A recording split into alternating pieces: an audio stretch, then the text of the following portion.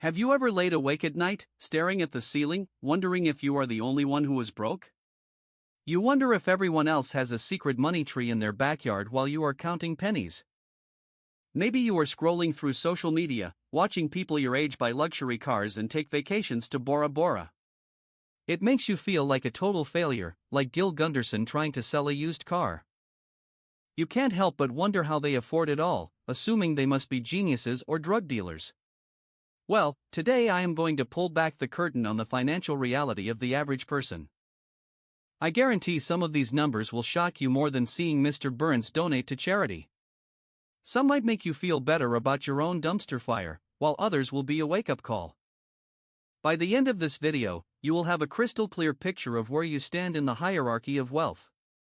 My name is Barry, and I help people understand money so they don't end up eating dog food. If you are interested in getting ahead of the pack, make sure to subscribe to the channel right now. Hit the like button if you want to stop crying when you check your bank balance. Before we dive into these eye-opening statistics, let me ask you a personal question. When you think of the average person, what kind of financial life do you actually picture? Do you imagine a responsible adult like Ned Flanders, paying bills on time and saving for a rainy day? Or do you imagine someone like Homer, basically living paycheck to paycheck and praying for a miracle? The truth is, most of us have no idea what normal looks like because people lie about money constantly. We assume everyone is doing great because we only see their leased cars and credit card vacations.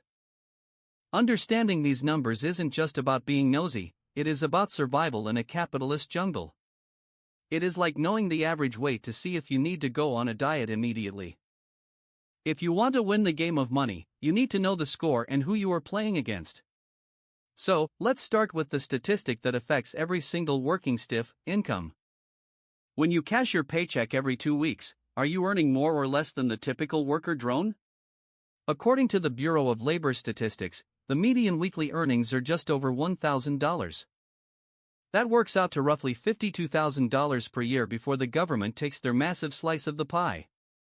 Now, keep in mind we are talking about individual income, not household income. And median means half of all workers earn more than this, and half earn less, stuck in the middle. If you are making around $26 per hour, you are dead center with the average American.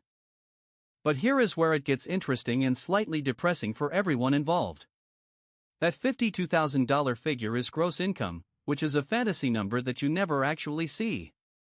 After Uncle Sam takes federal taxes, state taxes, Social Security, and Medicare, that number shrinks fast. Depending on where you live, you might be taking home only $35,000 to $40,000 a year. Suddenly, that salary doesn't seem like enough to buy a golden house and a rocket car, does it? Income is just one piece of the puzzle. What really matters is how fast you blow it. This is where things get really fascinating and honestly terrifying, like a Halloween special that never ends. Let's talk about retirement savings, because this is where most people are in for a rude awakening. According to the Federal Reserve, the median amount Americans have saved is a pathetic $65,000. Before you start feeling good or bad, remember this includes everyone, even the rich guys. Here is the kicker that makes me want to scream into a pillow: about 25% of Americans have zero. That means 1 out of every 4 people you meet has absolutely nothing saved for the future.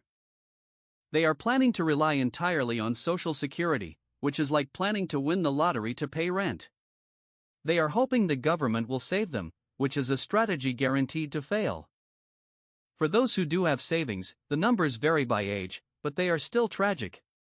People under 25 have a median balance of less than $2,000, which barely covers a used scooter. To be fair, if you are 23, being broke is a rite of passage, like getting a bad haircut. But the 25 to 34 age group only has about $14,000, which is terrifyingly low. These are people who have been working for years and should be hitting their stride. Instead, they have saved enough to buy a used Honda Civic, not to fund a 30-year retirement. By the time we get to the 65 and older crowd, the median balance climbs to around $88,000. That sounds like a decent pile of cash until you actually do the math and start crying. If you retire with $88,000 and follow the 4% withdrawal rule, you get about $3,500 per year. That breaks down to less than $300 per month to live on for the rest of your life. Think about that for a second. Could you survive on $300 a month in the modern world? Even if your house is paid off, that won't cover your property taxes, let alone food. You would be deciding between heating your house and buying medication, which is a dystopian nightmare. This is why understanding these statistics is more important than knowing who won the Super Bowl. If you are in your 30s and looking at these numbers, you need to have a serious conversation with yourself. You are likely on a path to poverty unless you change course immediately. Speaking of Social Security, since so many people treat it like a savior, let's look at the numbers.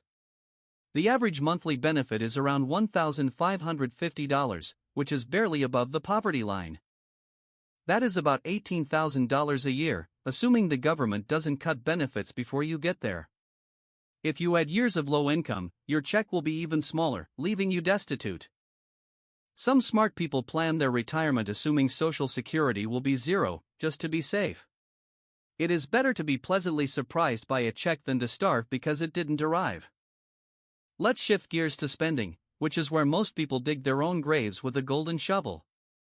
According to the data, the average household burns through $5,577 every single month.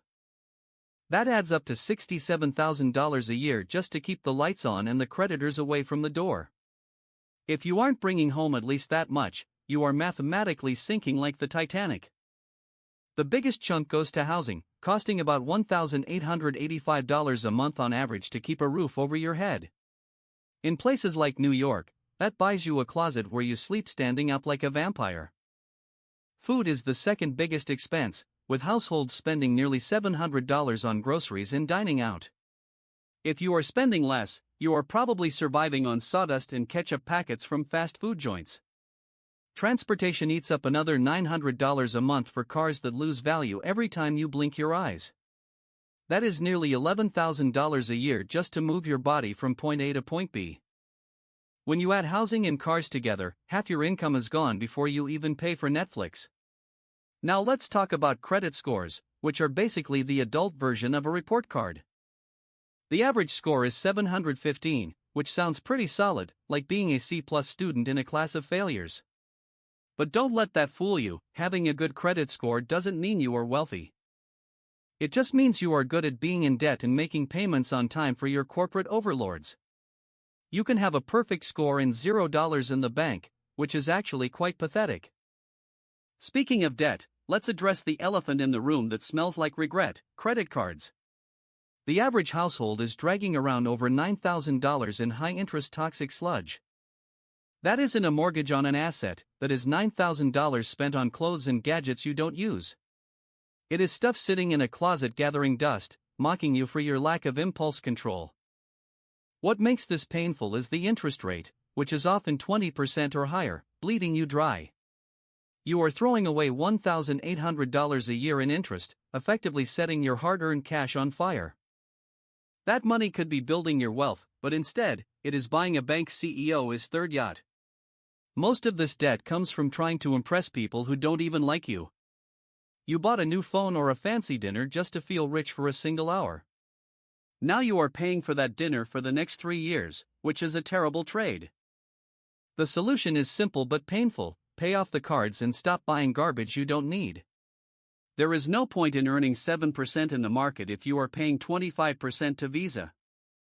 Make paying this off your priority, treating it like a hair-on-fire emergency that threatens your life. Until that debt is gone, you are technically working for the credit card company, not yourself.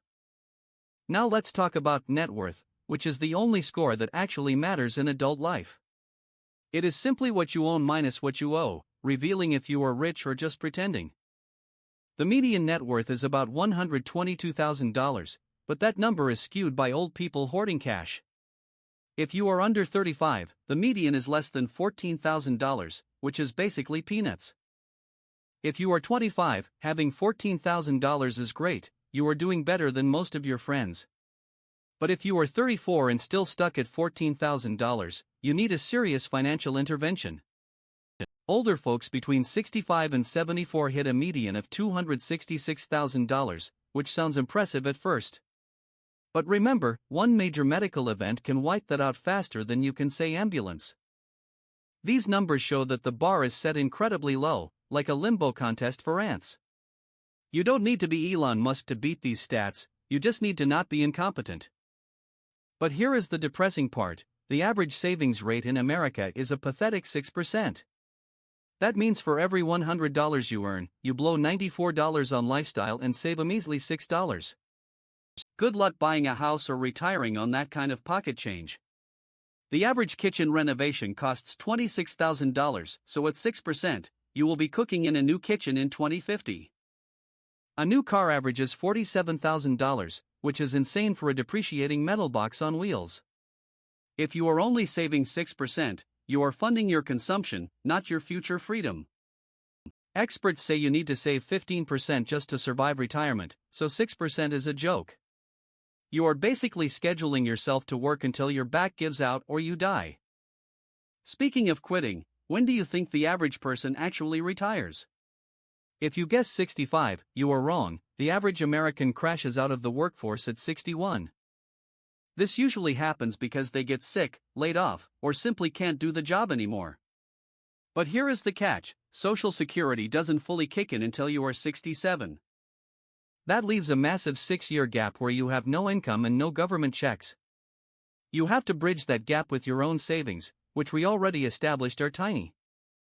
Imagine trying to survive for 6 years with no paycheck and a savings account of $88,000. You will be eating cat food by year 3 and burning furniture for heat by year 4. That represents nearly 40 years of working, only to end up stressed and broke. That is nearly 4 decades of waking up early and commuting, just to finish the race in last place. It sounds like a raw deal because it is a raw deal, designed for people who don't pay attention. But knowing this train wreck is coming gives you the power to jump off the tracks. Here is the good news: the bar for financial success is set so low you could trip over it. Once you know what average looks like, beating it is easier than stealing candy from a baby. You don't need a PhD or a rich uncle to win this game, you just need to not be stupid. If you save just 10% instead of 6%, you are already crushing the competition. If you avoid credit card debt, you are practically a financial wizard compared to your neighbors. Doing slightly better than the herd creates a massive gap over time, like compounding interest on steroids. It is about consistency, not hitting a home run every single day like a baseball star. If you can live on $4,500 instead of $5,500, you free up serious cash for your freedom fund. What is fascinating is the gap between what people say they want and what they actually do. Everyone says they want to retire rich, but their credit card bills tell a completely different story. They claim they want security, yet they spend money like a drunken sailor on shore leave. The average person's behavior is a roadmap to disaster, so just drive the other way. If these numbers make you sweat, don't panic, use that fear as fuel to change your life. The fact that you are watching this means you are already ahead of the financial zombies. Most people never even look at their finances, preferring blissful ignorance until it is too late. You have the chance to change the ending of your movie before the tragic credits roll. You deserve better than retiring at 61 with $88,000 and a prayer that the government saves you. You deserve better than worrying about the price of eggs when you are 80 years old. You deserve the peace of mind that comes with having a fortress of cash protecting you. These statistics show you where the average sheep ends up: shorn, cold, and hungry. But they don't have to define your future if you choose to wake up right now. Use these numbers as a starting point, not a finish line for your life ambitions. Be the person who defies the odds and actually builds wealth while others make excuses. The choice is yours: be average and struggle, or be smart and thrive like a king. Don't let your financial future be decided by accidents or bad habits. Take control of the wheel and drive your life to a destination that doesn't suck. Now go fix your finances before you become just another sad statistic in a government report. I am Barry, reminding you that being normal is the most dangerous thing you can be.